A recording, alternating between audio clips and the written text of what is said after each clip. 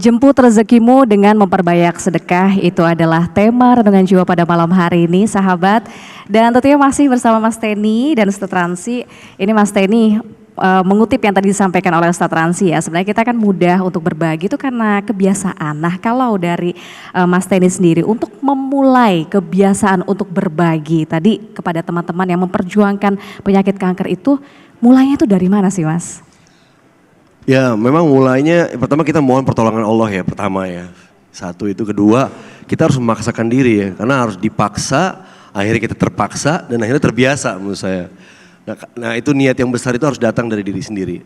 Tapi buat saya pribadi ada indikator ketika kita sudah melakukan satu kebaikan. Biasanya Allah kasih ini Ustaz apa rasa bahagia dalam hati. Entah kenapa ya. Saya gak tahu apa ini ya kok saya seneng ya ngelakuin ini gitu loh. Nah besoknya ngelakuin lagi, kok tambah seneng lagi ya. Oh ternyata saya baru tahu bahwa balasan dari sebuah kebaikan itu adalah kebaikan berikutnya Ustaz. Jadi ya alhamdulillah kita minta sama Allah berikanlah kesempatan saya untuk bisa bermanfaat buat orang-orang sekecil apapun manfaat itu dan Allah kabulkan. Dan akhirnya menjadi kebiasaan. Nah salah satu cara saya menjebak diri saya dalam rutinitas adalah ya saya jebak dalam satu lingkungan di mana saya nggak bisa keluar dari lingkungan itu. Contoh ya tadi di Yayasan Anak Kanker ya udah kita udah bikin yayasan, ayo jalanin. Awas kalau enggak gitu, awas kalau berhenti ya gitu, awas kalau nyerah gitu. Nah itu membuat saya jadi terbiasa sih setelah pertolongan Allah pastinya. Tapi kan ini Mas Teni ngomongnya dengan energik gitu ya, dengan penuh semangat. Seolah semua itu mudah, tapi gimana Mas perjalanannya dalam membantu teman-teman ini? Apakah mudah semua atau apa hambatan atau kendala-kendala yang ditemui pada saat Mas Teni ini udah semangat untuk berbagi itu? Ya hidup kita aja ini nggak mudah ya, lagi ngurusin hidup orang lain memang tidak mudah dan kita belajar juga. Oh ternyata dari satu ujian ke ujian lain ini begini ya rupanya ngatur manusia. Belum tentu semua orang bisa diatur dan belum tentu apa yang kita rencanakan tuh berhasil. Nah kami di Yayasan Kanker Anak ini di Pita Kuning setiap hari udah kayak minum obat. Masalah tuh 3 kali sehari datang ada apa aja masalah. Tapi kembali lagi ini ujian bagaimana keseriusan kita. Gak mungkin kita tuh mau ngelakuin sesuatu dalam bentuk kebaikan dikasih pahala tanpa diuji gitu kali Ustaz. Nah kita sadar ya udah nih berarti ini ujian dari Allah nih ya. Setiap kita punya kendala, punya masalah ya kita kembalikan lagi, ingat lagi bahwa ya ini Allah yang atur lah. Ya kita cuma minta aja dan kita berikhtiar maksimal. Saya selalu memotivasi diri saya yang punya banyak kemalasan dan kebodohan ini gitu ya. Dan juga sharing ke teman-teman seperti itu. Dan kami saling menguatkan lah, karena ya turun naik juga ngurus yayasan, gitu Mbak. Oke, tapi Ustadz Ransi nih, saya juga mau nanya, mungkin Ustadz ingin menanggapi juga tadi yang disampaikan oleh Mas Teni, karena tadi Mas Teni kan bilang, katanya imbal balik gitu ya dari beliau ini berbagi, itu adalah rasa bahagia, gimana Ustadz? Iya, ada sebuah statement dalam Islam, inna min jazail hasana al hasana ba'daha.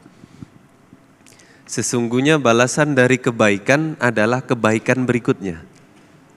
Orang bila melakukan satu kebaikan, kebaikan berikutnya itu ringan.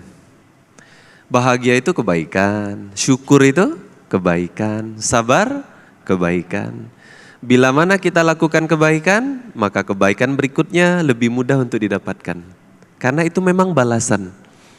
Kita berbagi ke orang, jiwa kita terasa senang, hati terasa lapang, masalah terasa ringan. Padahal sebenarnya bobotnya tetap sama. Bobot masalahnya itu sama, tidak berkurang, tapi terasa ringan. Karena kita sudah membantu orang lain. Maka Nabi kita bilang dalam sabda beliau, man yassara ala mu'sirin yassarahullahu fid dunya wal akhirah.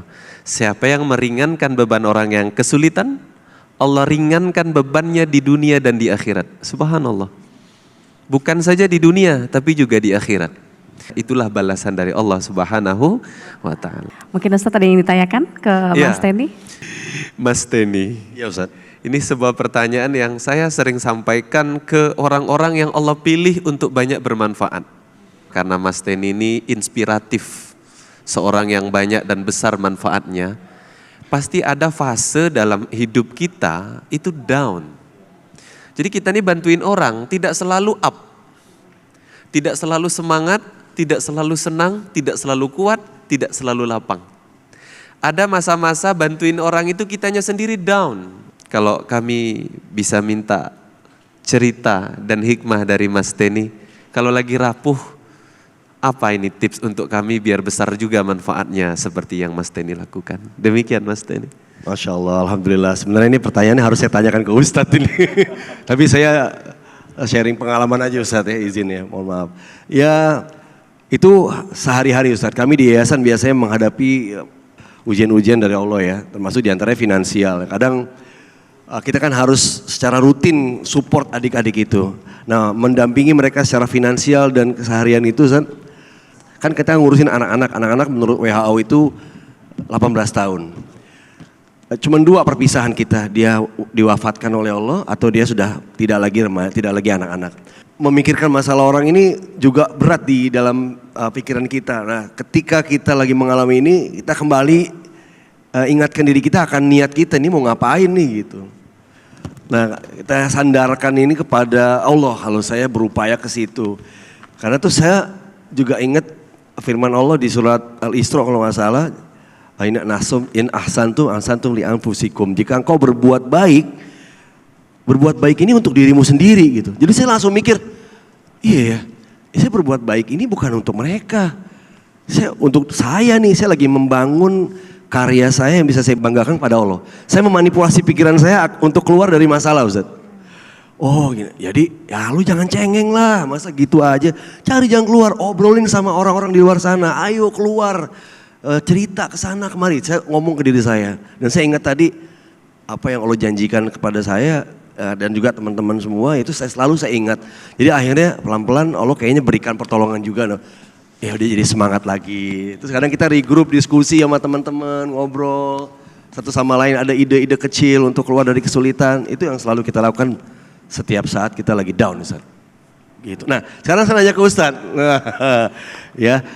Siapa di antara ibu-ibu sini yang nggak pernah diuji sama Allah? Ada nggak? Nggak ada ya. Semua manusia banyak pasti. Banyak ujiannya. Banyak ya. Banyak ujian atau banyak cucian Bu? Dua-duanya. Dua-duanya ya. Nah Ustadz, buat sebagian ibu-ibu terutama yang ngurusin anak-anaknya kanker Ustadz tidak mudah. Bangun tidur itu bukan diri dia yang dipikirin, anaknya yang ngerengek sakit terus. Kadang ngerengek sakit itu 24 jam dalam sehari. Ibu itu harus menenangkan dia, menenangkan dirinya.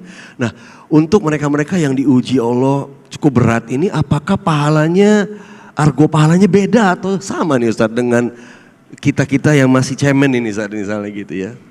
Gimana Ustadz? Iya, ini subhanallah ya. Kata para ulama, ada satu dosa di manusia itu yang hanya bisa dihapus dengan capek-capek merawat, mendidik, dan membersamai tumbuh kembang anaknya. Tidak ada cara lain menghapus dosa itu, melainkan mau capek-capek, lelah, letih, mengurusi anak, membersamai tumbuh kembang anak, itulah jalan penghapus dosa.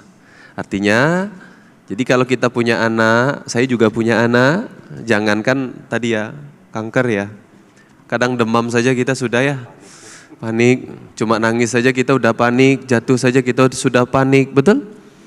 Nah, rupanya memang sangat istimewa bagi orang tua yang Allah baru beri karunia anak yang tidak sesehat pada umumnya, tidak sebaik pada umumnya, karunianya adalah menghapus dosa-dosa yang tidak bisa dihapus dengan ibadah manapun. Luar biasa. Tugas kita ya sudah sebagai orang tua, sabar. Dan sabar nggak ada batas ya. Betul. Nggak ada akhirnya Bu ya. Sabarnya nggak ada batas. Sabar ada batasnya. Oh ternyata enggak ya. Ada. Baiklah, nah ini nampaknya sahabat jiwa yang hadir malam hari ini juga ingin nih mencurahkan keresahan jiwanya kepada Ustadz juga. Nanti mungkin boleh ditanggapi juga sama Mas Teni. Namun kita jeda terlebih dahulu ya sahabat jiwa. Usai jeda pariwara berikut ini, Renungan Jiwa akan kembali untuk Anda.